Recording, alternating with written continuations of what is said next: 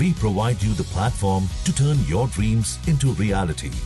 Give wings to your aspirations with KR Mangalam University.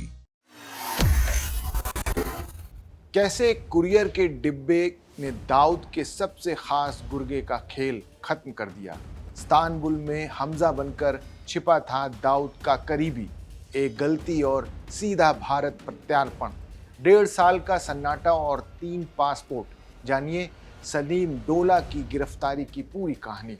भूसे के ढेर में सुई ढूंढने जैसा था काम। भारतीय एजेंसियों ने कैसे बिछाया जाल। नमस्कार, मेरा नाम है अंशुल शर्मा और आप देख रहे हैं दैनिक जागरण। आज अपराध जगत की एक ऐसी कहानी जहां एक शातिर अपराधी ने खुद को बचाने के लिए हर मुमकिन कोशिश की, लेकिन कानून के हाथ आखिरकार उसके गिरेबान तक पहुंची गए। ये कहानी है अंडरवर्ल्ड डॉन दाऊद इब्राहिम के करीबी मोहम्मद सलीम डोला की। मुंबई का डोंगरी इलाका हमेशा से चर्चा में रहता है और इसी डोंगरी से निकला एक नाम था मोहम्मद सलीम डोला। सलीम डोला कोई साधारण अपराधी नहीं, बल्कि वो अंडरवर्ल्ड डॉन दाऊद इब्राहिम का बेहद करीबी गुर्गा माना जाता है। भारत में उसके खिलाफ नशीले पदार्थों की तस्करी यानी ड्रग नेटवर्क चलाने के कई गंभीर मामले दर्ज थे। जब भारतीय एजेंसियों का दबाव बढ़ा तो डोला भारत से रफूचक्कर हो गया।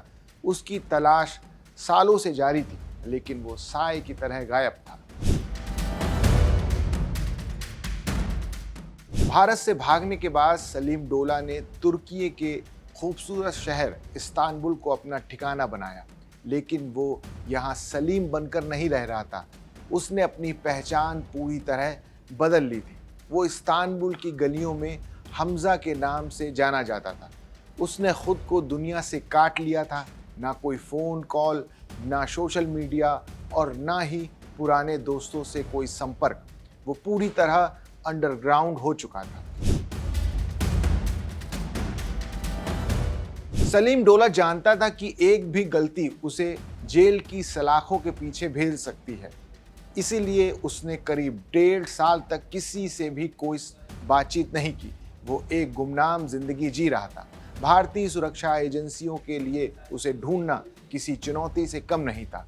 अधिकारियों ने खुद माना कि उसे ढूंढना भूसे की ढेर में सुई ढूंढने जैसा था, क्योंकि उसके बारे में कोई भी डिजिटल फुटप्रिंट नहीं था, सुराग उपलब्ध नहीं था।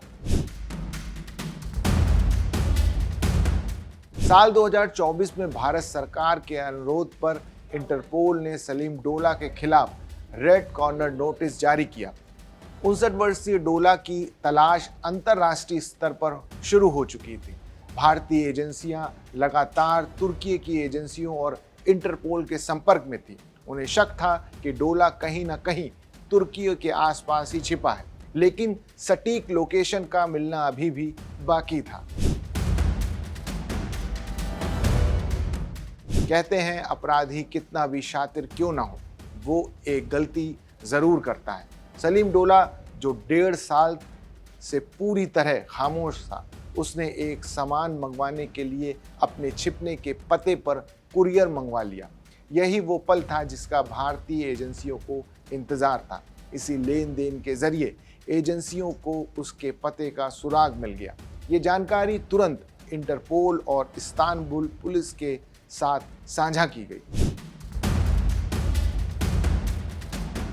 जैसे ही लोकेशन की पुष्टि हुई, इस्तांबुल पुलिस ने बिना वक्त गवाए उस ठिकाने पर छापा मारा। वहां से हमजा यानी मोहम्मद सलीम डोला को गिरफ्तार कर लिया गया। वो दंग रह गया कि आखिर इतने वक्त बाद वो पकड़ा कैसे गया। उसकी गिरफ्तारी न केवल भारतीय एजेंसियों की जीत थी, बल्कि दाऊद के ड्रग नेटवर्क के लिए भी एक बड़ा झटका थी। जब इस्तांबुल पुलिस ने डोला के कमरे की तलाशी ली तो वहां से चौंकाने वाली चीजें बरामद हुई। पुलिस को उसके पास से 3 पासपोर्ट मिले। इनमें से 2 भारतीय पासपोर्ट थे और एक बुल्गारिया का पासपोर्ट था। वो बुल्गारिया के पासपोर्ट पर ही हमजा नाम से तुर्की में रह रहा था। अब एजेंसियां इस बात की जांच कर रही हैं कि उसका ये विदेशी पासपोर्ट असली था या फर्जी दस्तावेजों पर बनाया गया था। गिरफ्तारी के बाद कानूनी प्रक्रिया पूरी की गई और सलीम डोला को भारत प्रत्यार्पित कर दिया गया। गुरुवार को उसे भारत लाया गया और कोर्ट में पेश किया गया।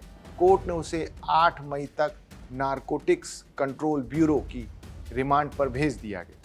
अब उससे दाऊद इब्राहिम के ड्रग सिंडिकेट और उसके नेटवर्क के बारे में कड़ी पूछताछ की जाएगी। एनसीबी की पूछताछ में कई बड़े खुलासे होने की उम्मीद है।